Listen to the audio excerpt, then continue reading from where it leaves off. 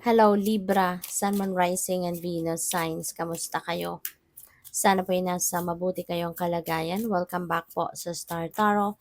At kung bago kayo rito, welcome din po kayo. Please subscribe, like, share my videos, and leave me a comment kung nakaresonate kayo. So Libra, while you have a pulse, make every bit of your heart count. Parang habang may buhay, may pag-asa at gamitin mo yung pagkakataon na yan. 'Di ba, na habang tayo'y may buhay, habang tayo'y humihinga, 'di ba, gamitin natin 'yan, sa ikakabuti ng ating sitwasyon and para din sa iba, okay? Maximize the opportunity na meron tayo, na meron tayong oportunidad to better ourselves, to help others. Gamitin natin ang pagkakataon na ito na binibigay sa atin ng universe, okay?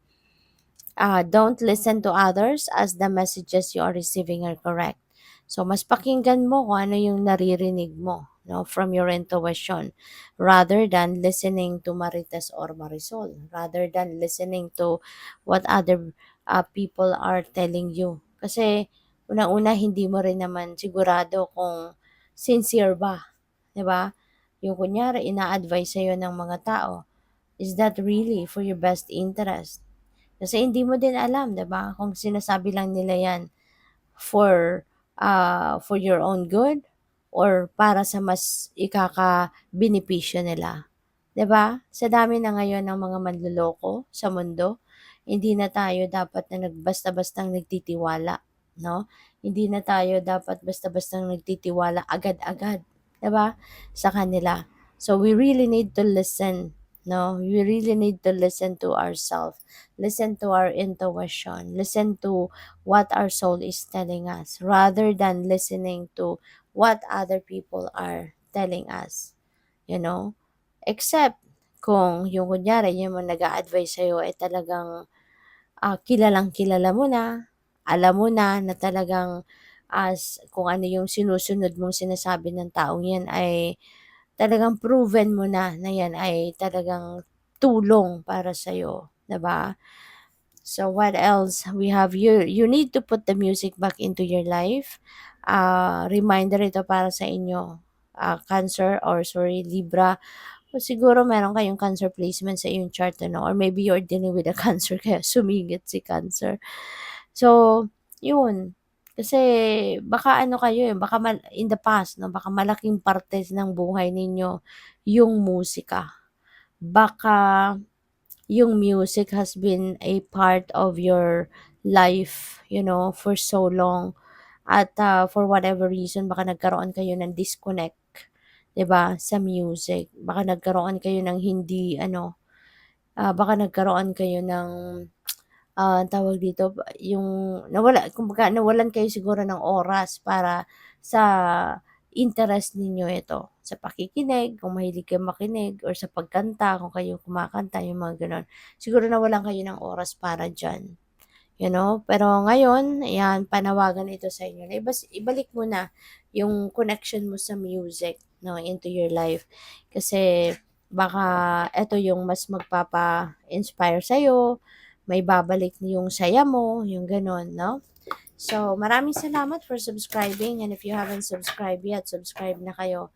And also, maraming salamat din for not skipping the ads kasi malaking bagay po yun sa akin. And also, please click the join button sa baba ng video kung gusto po ninyo na mag-join sa membership, okay? So, take control of your thoughts, okay? Always take control of your thoughts. Make sure na tama, maganda, mabuti lang ang iniisip ninyo, positive lang. Kasi always remember that everything starts in the mind, 'di ba? Kung anong makikita ninyo sa reality ninyo, yun yung minsan inisip ninyo. Kaya kailangang aware kayo and aware kayo sa kung ano iniisip ninyo na sikapin ninyong lahat lang yung positibo at maganda at mabuti. Okay? Kasi kung ano yung laman ng isip mo, yun ang magmamanifest sa 3D reality mo. Kung ano yung laman ng isip mo, yun ang mangyayari, 'di ba? Sa buhay mo, yun ang makikita mo. Kaya ano lang kayo, be careful and be aware of what you are putting on your mind. Okay? So, sabi dito, it's time to play. You're working too hard and worrying about everything. Seek out joyous experiences to bring balance into your life. So, baka na tutok naman kayo sa trabaho, 'di ba? Sa career, sa business, at and other things, at baka hindi nyo na naaasikaso yung sarili ninyo. Hindi nyo na nabibigyan ng oras ang sarili ninyo na makahinga man lang. No? Kaya paalala ito sa inyo, no? Na you need to take a breather. You need to take a little break, no, sa buhay.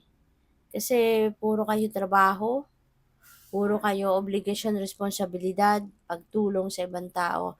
Pero baka nakakaligtaan nyo na yung ah, personal needs ninyo. 'Di ba? So, paalala yan. Don't settle for less. You are a child of the divine and you deserve to have your dreams come true. So, don't give up. Okay? Huwag kayong sumuko. Don't give up. Sige lang, laban lang. 'Di ba?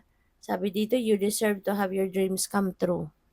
So, continue to persevere, continue to work hard, continue to uh, take an effort, okay? Para nang sa gayon, matupad mo yung mga pangarap mo, 'di ba? At saka always remember, no, na kapag merong kunyari, merong mga sagabal, merong mga pagsubok na dumadating, wag ninyong susukuan kung ano man ang bagay na ginagawa ninyo. Kasi always remember na there is no perfect journey in life. No, laging meron at meron tayong mai-encounter sa life's journey natin ng mga pagsubok. And that doesn't mean na susuko na tayo. That doesn't mean na yung pinag-e-effort na natin is not for us, 'di ba? Dahil nagkaroon lang tayo ng mga balakid, nagkaroon tayo ng mga problema, 'di ba? So, hindi ibig sabihin, nung nagkaroon ka ng isang problema, tatapusin mo na yan, tatalikuran mo na yan, mag-iiba ka na naman ng path, 'di ba? Kasi normal 'yon. Normal na meron tayong mga humps and bumps na pagdadaanan sa kahit anumang life sa journey natin, no? Pero iba naman yung sitwasyon na problem one after the other. Yung parang hindi na natatapos ang problema, hindi na natatapos ang obstacles, hindi na natatapos yung mga challenging situations na kinakaharap ninyo, ah, sa kung ano man ang bagay na pinagkakaabalahan ninyo. Ibang kwento 'yun, ibang ang sitwasyon 'yun. You really need to figure that out, 'di ba? Kung kunyari meron kayong endeavor, 'di ba, ginagawa mo ang lahat, no? You're doing anything and everything in your power to make it happen. Pero talagang parang hindi kayo nilulubayan ng problema. 'Di ba? Hindi kayo nilulubayan ng mga challenges. Lagi at lagi na lang may sagabal, may blockages, may delays, paulit-ulit na lang, parang nauubos na lang yung resources mo sa para ma-fix lang lagi, sa pag-fix lang ng mga kung anong mga problema diyan, 'di ba? That could be a sign, no? Kapag ganyan, that could be a sign na maybe it's about time na for you to take a detour. It's about time na to change career path, or it's about time na to change business. So, depende sa inyong sitwasyon. Ano? So, that's a different thing. Kaya nga laging importante na nakikinig tayo sa ating intuition so that you will be guided accordingly. 'Di ba? Kasi God knows, no? God knows kung ano nangyayari sa atin. God is watching us. At kaya nga tayo ginagabayan niya. 'Di ba? Binibigyan niya tayo ng signs, symbols, synchronicities, intuitive messages to guide us, to lead us towards the right path na dapat nating lakaran. 'Di ba? Kaya always pay attention to your intuition kasi it will always guide you, no? Kung saan ka dapat. So, good luck. Thank you for watching. Love and light. Namaste.